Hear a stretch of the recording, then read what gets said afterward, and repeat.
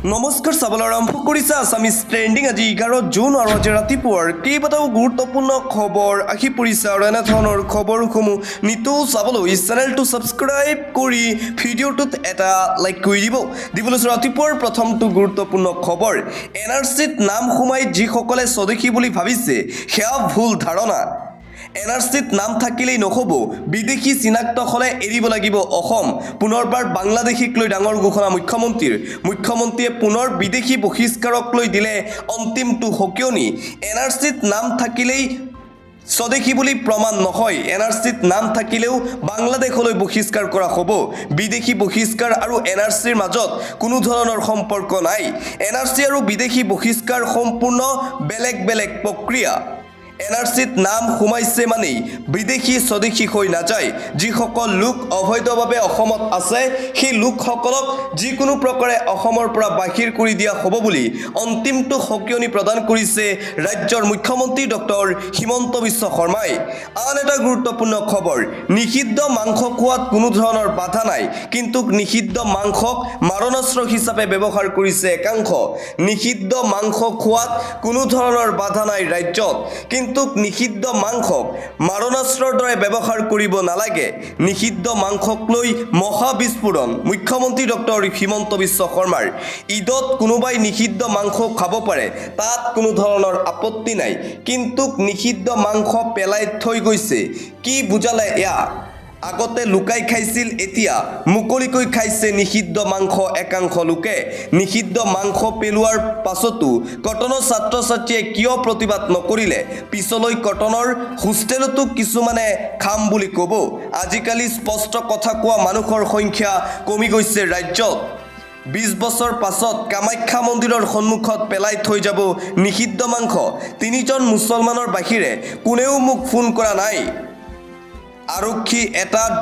দল হয় যি যেনেকৈ মন যায় তেনেকৈ বজায় আৰক্ষীক সাহস দিব লাগিব অসমৰ ৰাইজে নিষিদ্ধ মাংসক লৈ এইদৰে মন্তব্য কৰিছে মুখ্যমন্ত্ৰী শৰ্মাই এনকাউণ্টাৰ কৰিলেও আপোনালোকে প্ৰমাণ বিচাৰিব মন্তব্য ৰাজ্যৰ মুখ্যমন্ত্ৰী ডক্টৰ হিমন্ত বিশ্ব শৰ্মাৰ আন এটা অতিকৈ গুৰুত্বপূৰ্ণ খবৰ অসমখনক সুৰক্ষা কৰাত সজাগ হ'ব লাগিব অসমীয়া বিদেশী বিতৰণক লৈ মুখ্যমন্ত্ৰী ডক্টৰ হিমন্ত বিশ্ব শৰ্মাৰ পুনৰবাৰ ডাঙৰ মন্তব্য অসমক সুৰক্ষা কৰাত সজাগ হ'ব লাগিব খুদ অসমীয়া খিলঞ্জীয়া লোক অসমে আগভাগ লৈ পূৰ্ণ সমৰ্থন কৰিব কেন্দ্ৰীয় চৰকাৰে অসমীয়াই আপোচ কৰিব নালাগিব বিদেশী খেদাত সকলো অসমীয়া একত্ৰিত হ'ব লাগিব বিদেশী বিতৰণক লৈ মুখ্যমন্ত্ৰী হিমন্ত বিশ্ব শৰ্মাৰ এই ডাঙৰ মন্তব্য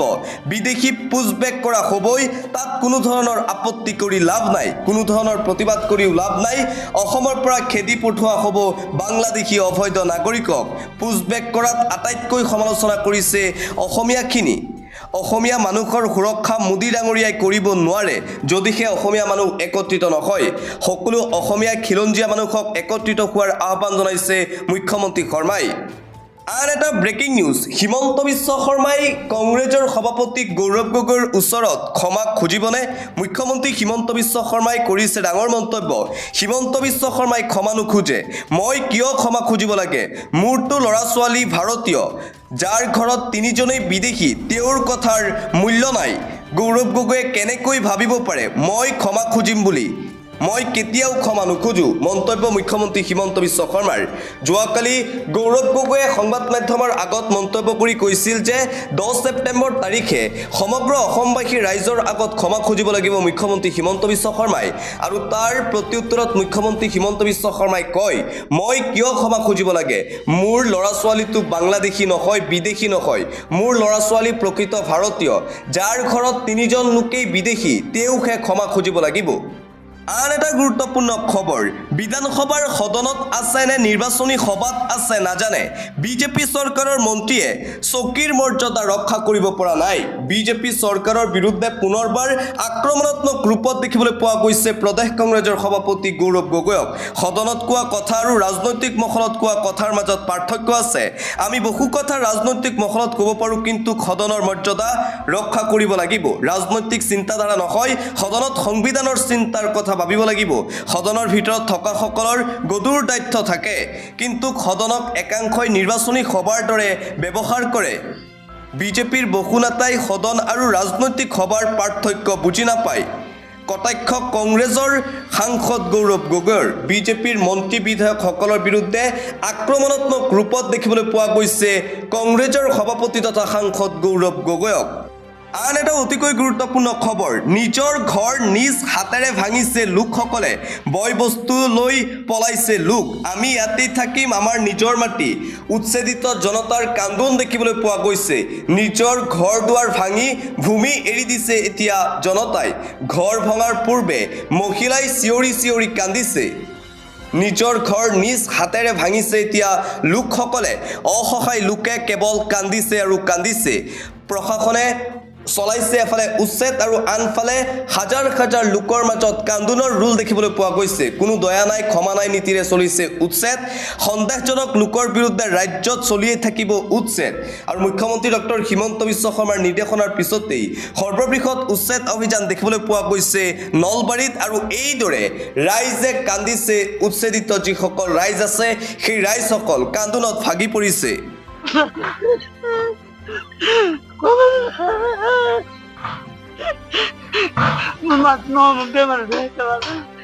আন এটা ব্ৰেকিং নিউজ আজি ৪৫ বছৰে আমি এটা জাতিয়ে চিঞৰি আছো বাংলাদেশী বিতৰণক লৈ পুনৰবাৰ ডাঙৰ মন্তব্য কৰা হৈছে সদৌ অসম ছাত্ৰ সন্থাৰ ফালৰ পৰা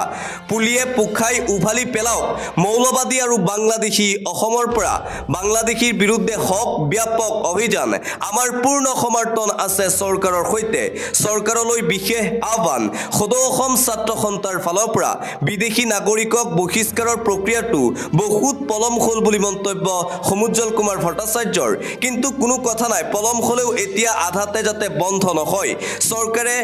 নিৰন্তৰভাৱে আগুৱাই নিয়ক এই বাংলাদেশী বিৰোধী অভিযান অবৈধ বাংলাদেশীৰ লগতে চৰকাৰে উৎখাত কৰক মৌলবাদী অসমৰ পৰা অসম আন্দোলনৰ সময়ত মৌলবাদী নাছিল যিকোনো ভয়ংকৰ ঘটনা হোৱাৰ আগতে চৰকাৰে শেষ কৰি দিয়ক মৌলবাদী ৰাজ্যৰ পৰা মৌলবাদীৰ জৰিয়তে জম্মু কাশ্মীৰৰ দৰে ঘটনা ঘটিব পাৰে অসমত গতিকে ঘটনা এটা হ'বৰ কাৰণে চৰকাৰে যেন ৰৈ নাথাকে তাৰ পূৰ্বে ব্যৱস্থা গ্ৰহণ কৰক সিল কৰি দিয়ক ভাৰত আৰু বাংলাদেশ সীমান্ত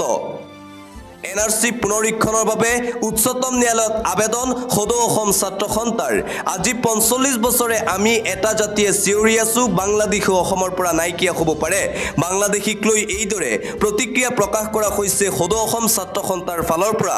এটা political breaking news Asom Gana পৰিষদত এতিয়া আৰম্ভ হৈছে বিসম্বাদ দুজন নেতাইহে চলাই আছে অসম গণ পৰিষদৰ আঞ্চলিক দলটো অগপত এতিয়া নাই জাতীয়তাবাদী সত্তা সেয়েহে আগৰ অগপ আৰু বৰ্তমানৰ অগপৰ মাজত পাৰ্থক্য আছে অগপৰ বহু তৃণমূল কৰ্মী আৰু যুৱ নেতাই যোগদান কৰিব অসম জাতীয় পৰিষদত চিত্তৰঞ্জন বহুমতাৰী আৰু ৰাজু ফুকনৰ এই মন্তব্য অসম গণ পৰিষদত এতিয়া পদত্যাগৰ জোৱাৰ দেখিবলৈ পোৱা গৈছে ইজনৰ পিছত সিজন জ্যেষ্ঠ নেতাই এৰিছে অগপৰ দল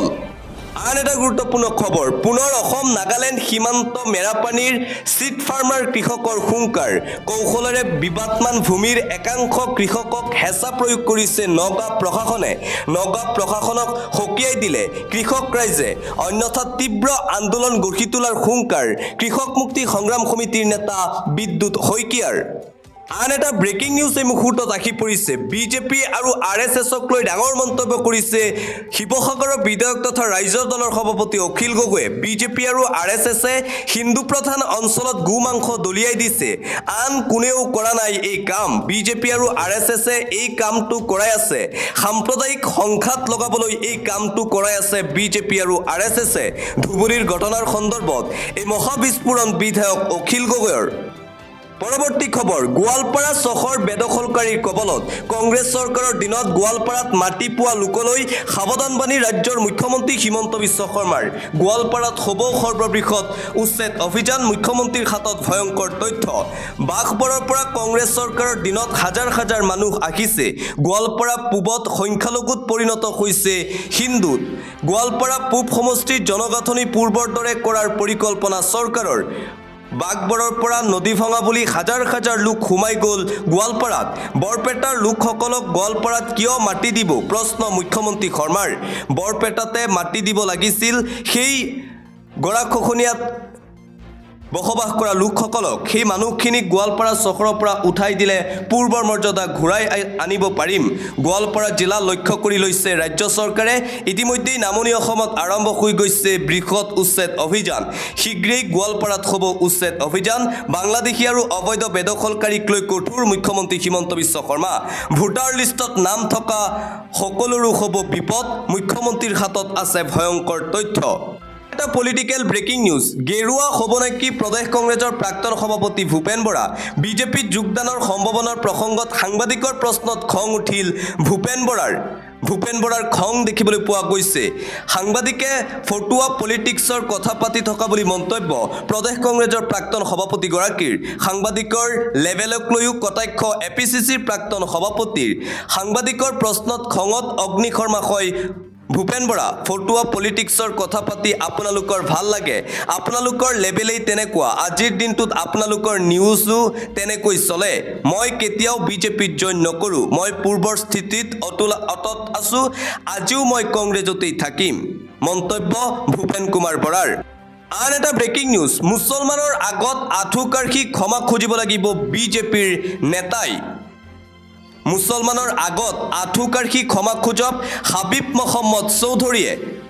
মন্দিৰৰ সন্মুখত কোনো মুছলমান মানুহে কুৰবানীৰ মাংস নেপেলায়। আজিলৈকে যিমানে পেলাইছে সকলো হিন্দু লোক মুছলমানক বদনাম কৰিবলৈ চেষ্টা কৰা হৈছে। হাবিব মহম্মদ চৌধুৰীক কেতিয়াও বিধায়ক হ'বলৈ নিদিওঁ। হাবিব মহম্মদ চৌধুৰীক চেলেঞ্জ। সংখ্যালঘু সংগ্ৰাম পৰিষদৰ নেতা মুছাব্বিৰ আলী আহমেদৰ। শীঘ্ৰেই মুছলমানৰ ওচৰত আঁঠুকাঢ়ি ক্ষমা খোজক হাবিব মহম্মদ চৌধুৰীয়ে।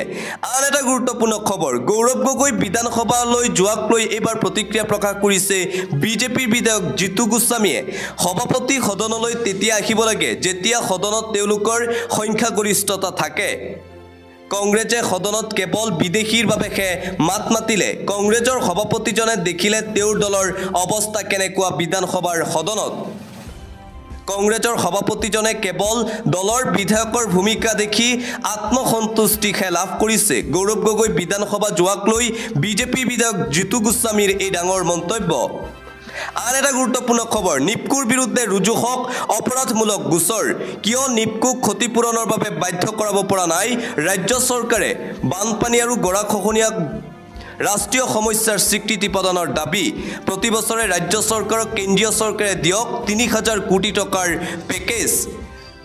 নদীবান্ধ সৃষ্ট জলপ্ৰলয়ক লৈ সৰব অসম জাতীয়তাবাদী যুৱ ছাত্ৰ পৰিষদ। অসম জাতীয়তাবাদী যুৱ ছাত্ৰ পৰিষদৰ ফালৰ পৰা বিশেষ সংবাদমেল অনুষ্ঠিত কৰা হৈছিল আৰু সেই সংবাদমেলতেই হিমন্ত বিশ্ব শৰ্মাৰ বিজেপি চৰকাৰৰ বিৰুদ্ধে আক্ৰমণাত্মক ৰূপত দেখিবলৈ পোৱা গৈছে অসম জাতীয়তাবাদী যুৱ ছাত্ৰ পৰিষদৰ নেতাসকলক। শীঘ্ৰেই অসমৰ বান সমস্যাক ৰাষ্ট্ৰীয় সমস্যা হিচাপে স্বীকৃতি দিয়াৰ দাবী উত্থাপন কৰা হৈছে। প্ৰতি বছৰে যাতে বানৰ নামত ৩,০০০ কোটি টকাৰ পেকেজ লাভ কৰে অসমে কেন্দ্ৰীয় চৰকাৰৰ ফালৰ পৰা। এইসমূহ দাবী উত্থাপন কৰিছে অসম জাতীয়তাবাদী যুৱ ছাত্ৰ পৰিষদে। পৰৱৰ্তী খবৰ। সলনি হ'ব ৪ ৰাজ্যৰ মুখ্যমন্ত্ৰী। ৰাজ্যবোৰত বিসম্বাদ আৰম্ভ হৈছে। কঠোৰ পদক্ষেপ ল'ব ভাৰতীয় জনতা পাৰ্টীয়ে। কাৰো মুখলৈ নোচোৱাকৈ কঠোৰ হ'ব বিজেপি দল। ৪ ৰাজ্যত সলনি হ'বলৈ গৈ আছে মুখ্যমন্ত্ৰীৰ পদ। উত্তৰাখণ্ড, হাৰিয়ানা, উত্তৰ প্ৰদেশ